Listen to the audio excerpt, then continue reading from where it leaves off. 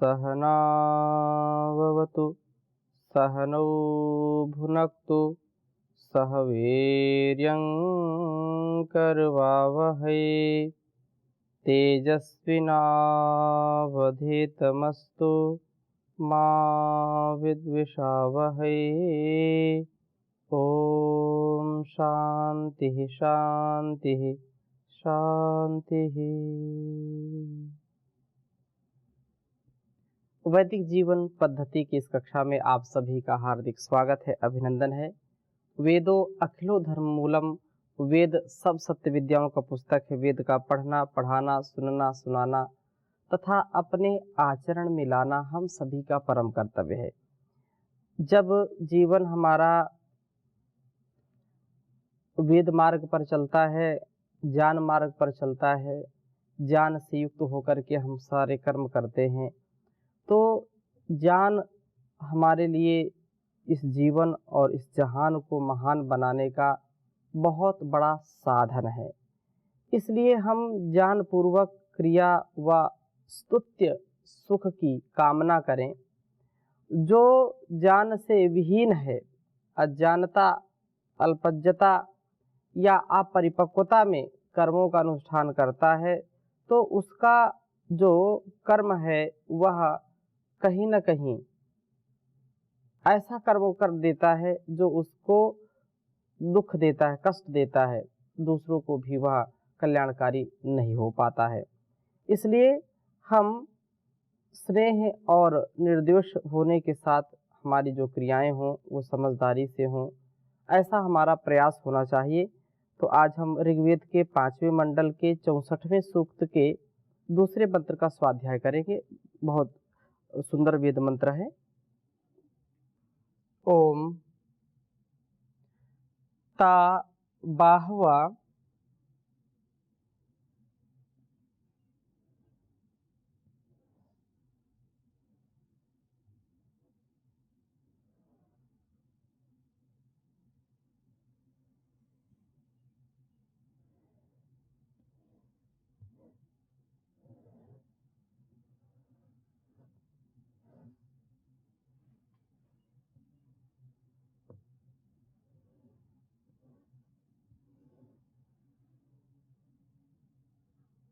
सुचेतुना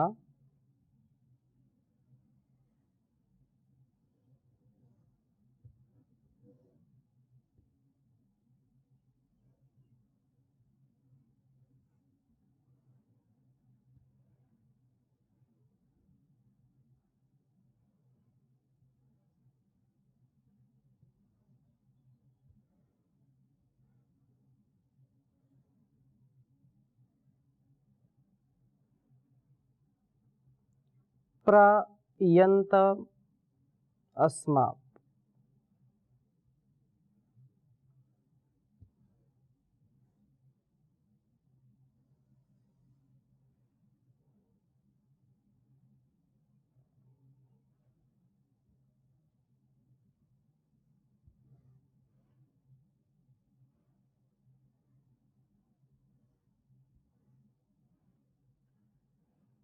पर्यंतमस्मा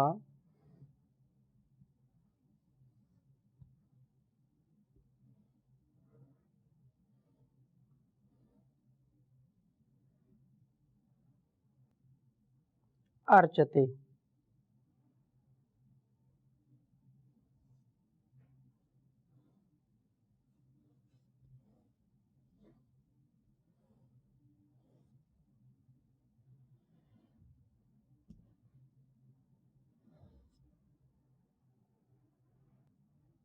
शेवम ही जार्यम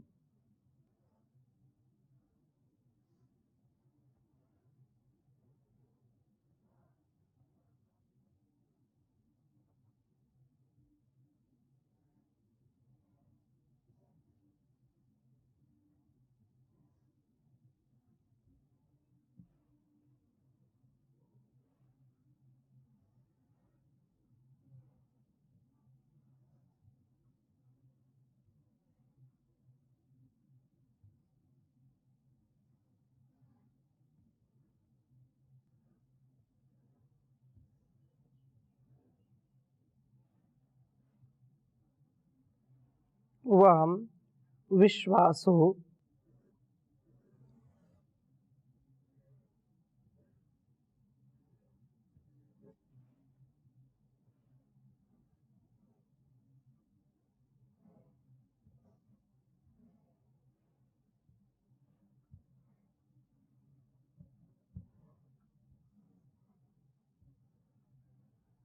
विश्वासो क्षासो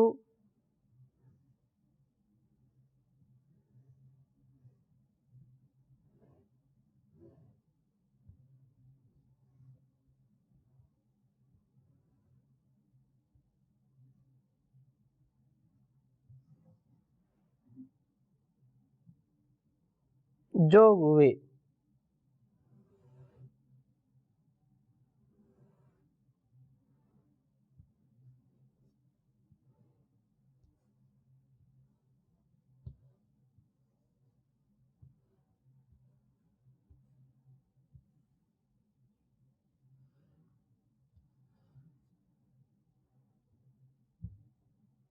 ऋग्वेद के 5वें मंडल के 64वें सूक्त का यह दूसरा मंत्र है। ओम ता बहवा सुचेतुना पर्यन्तमस्मा अर्चते शेवं हि जार्यं वां विश्वासुक्षासु जोगुवे।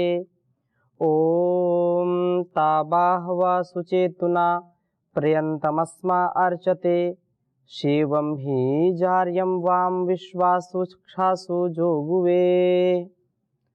बहुत ही सुंदर वेद मंत्र है यह। कहा है ता वे आप दोनों, वे आप दोनों कौन? मित्र और वरुण।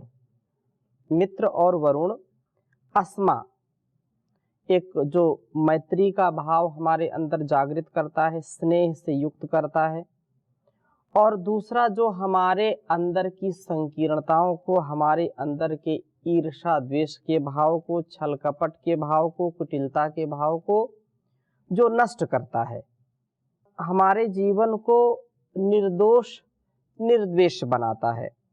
तो ता आप दोनों मित्र और वरुण अस्मा अर्चते, इस आपका आराधन करने वाले के लिए, जो आपका आराधन करता है, सुचेतुना उत्तम ज्ञान वाले, जो सचेत है और सुचेतुना है, अर्थात अपने आप के व्यवहारों में भी, अपने आप के कृतित्व व्यक्तित्व में भी जो ज्ञान से युक्त कार्यों का संपादन करता है, ऐसा उत्तम ज्ञान वाला बाहवा प्रयत्न से शेवम सुख को पर्यंतम दीजिए। यमिरत्र दान कर्मा पढ़ा है। तो स्नेह के अभाव में, द्वेष से भरे होने पर क्रियाएं समझदारी से नहीं होती। स्नेह का जब अभाव होता है, स्नेह के स्थान पर ईर्षा द्वेष कुटिलता होती है, जब व्यक्ति का स्वभाव चिड़चिड़ा हो जाता है, स्वार्थी हो जाता है, लोभी हो जाता है, व्यक्ति क्रोधी हो जाता है, उस समय स्नेह का भाव खंड खंड हो जाता है, चूर चूर हो जाता है, और स्नेह के अभाव में फिर जलन, ईर्षा, द्वेष, छल, कपट, ये जो क्रियाएं हैं, जो एक सच्चा अच्छा व्यक्ति नहीं कर सकता, जिसके अंदर थोड़ी सी भी समझ है, वह व्यक्ति ऐसे दुर्गुणों से दूर ही रहना चाहता है। तो जो नहीं समझता है, वे इस पर बार बार ठोकर खाते हैं, बार बार अपने आप को धोखा देते हैं। तो हम अपने जीवन को बहुत ही सुंदर बनाएं, द्वेष से रहित हो हमारा जीवन। द्वेष से भरे होने पर हमारी क्रियाएं, हमारे जो कर्म हैं, वे श्रेष्ठ नहीं होते हैं। वे हमारे कर्म सदा गलत दिशा में चले जाते हैं, हमारी क्रियाएं ठीक नहीं होंगी। स्नेह व निर्द्वेषता हमें कभी भी बदले लेने की भावना से गलत कर्मों में नहीं जाने देती। स्नेह और निर्द्वेष भाव, यदि स्नेह है, प्रेम है, करुणा है और हमको किसी से द्वेष नहीं है, तो हम कितनी भी मुसीबतें आए, कितना भी कोई अपमान करे, कितना भी कोई कष्ट हमको दे, हमको विचलन नहीं होती है। हम बहुत साधारण, बहुत सादगी से जीवन को जीते जाते हैं।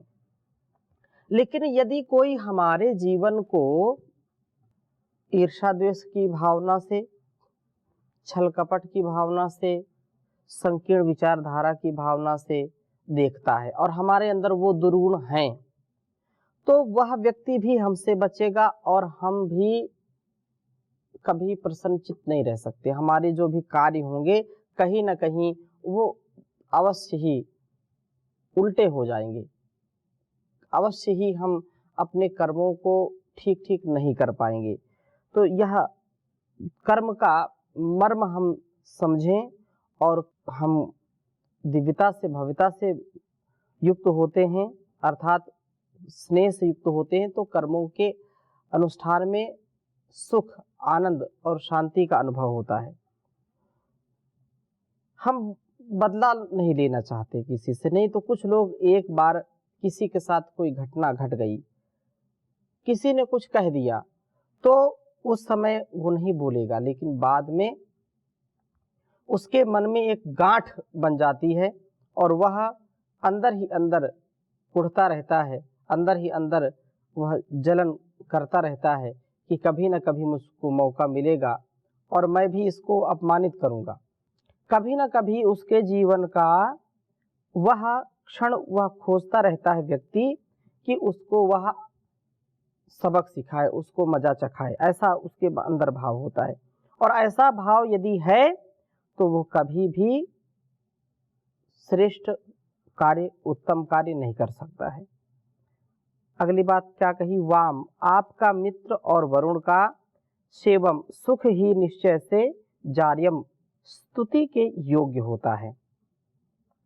अर्थात यह सुख विश्वासु क्षासु सब भूमियों में जो हुए गायन के योग्य होता है, प्रशंसनीय होता है। संसार में सर्वत्र इस सुख का संसन होता है। स्नेह और अनिर्देशता से उत्पन्न प्रेम सर्वत्र प्रशंसनीय है, श्लाघनीय है, सर्वत्र उसका मान होता है। जहाँ पर स्नेह है, जहाँ पर द्वेष की भावना नहीं है, तो वो संबंध भी दीर्घ काल तक बहुत ही अच्छी प्रकार से निभाए जा सकते हैं। स्नेह व निर्देशता के होने पर हमारी सब क्रियाएं समझदारी से की जाती हैं।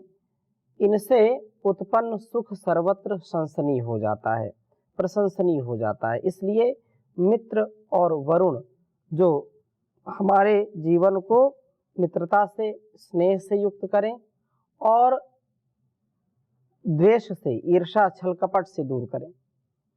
इसी प्रकार से अगला वेद मंत्र भी बहुत सुंदर बात इसमें कही है, गति मात्र मित्र के मार्ग से हो, शत्रु के मार्ग से नहीं।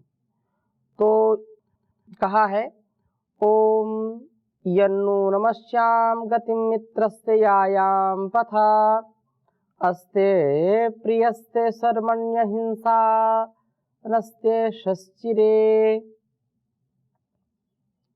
जब नूनम निश्चय से गतिम,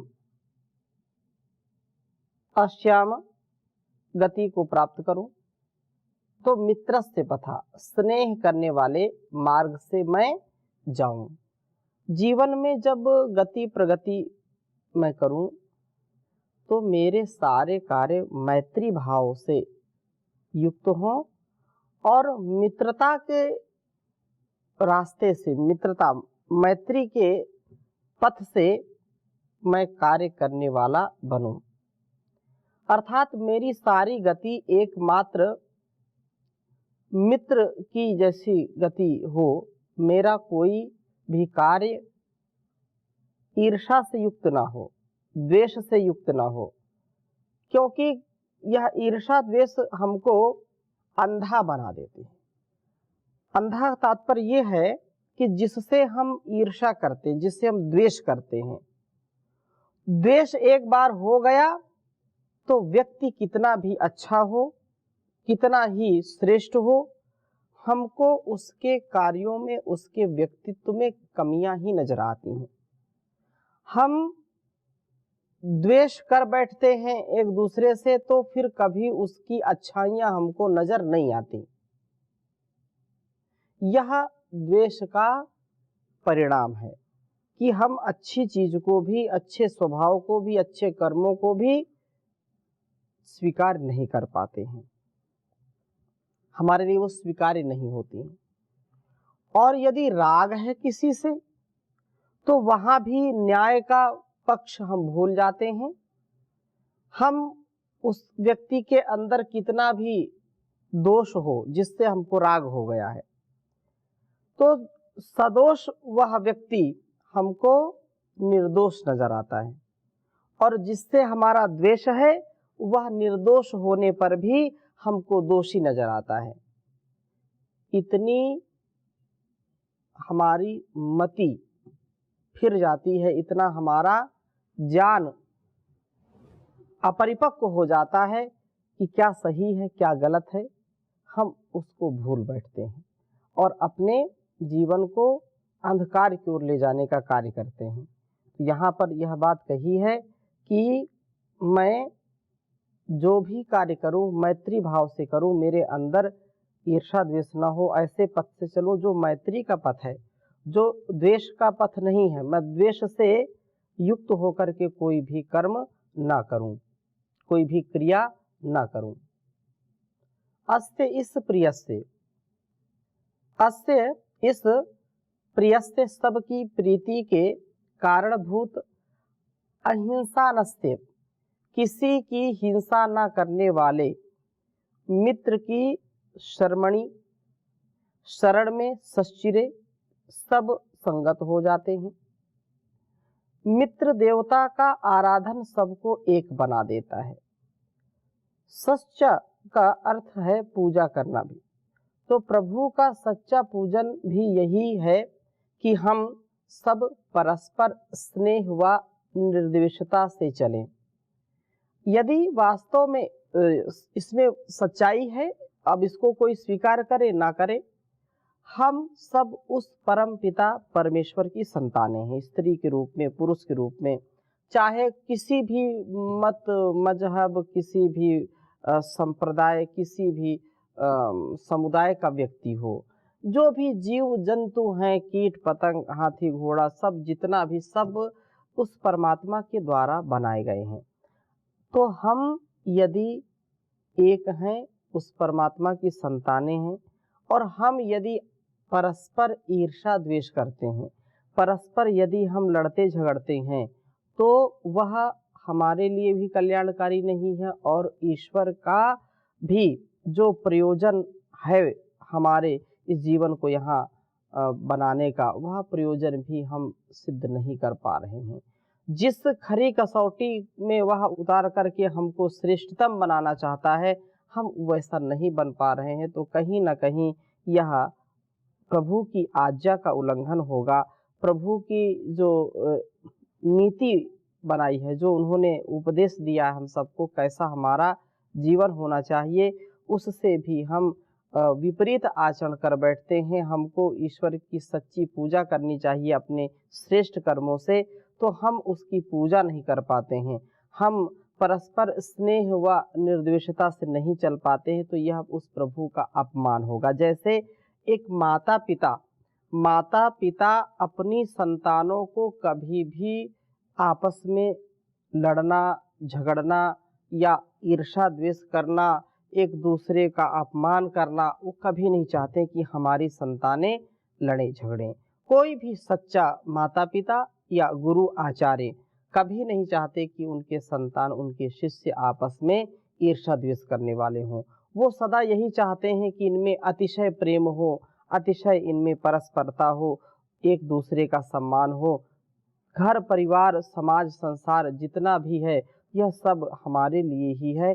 हम इतना श्रेष्ठ जीवन बनाएं जिससे हमारे जीवन और इस जगत का हम कल्याण कर पाएं।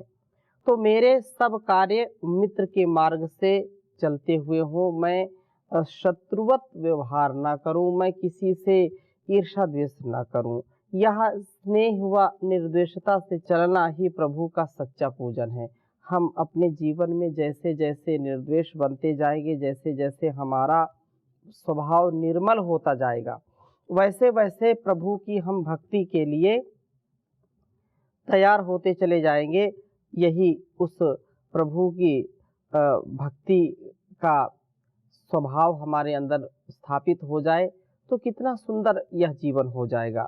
इसलिए कहा, मन चंचल चल ओम शरण में, मन चंचल चल ओम शरण में, ओम शरण में, ओम शरण में, ओम शरण में, ओम शरण में, मन चंचल चल ओम शरण में। ओम ही तेरा जीवन साथी, मित्र हितैषी सब दिन राती। ओम ही तेरा जीवन साथी, मित्र हितैषी सब दिन राती।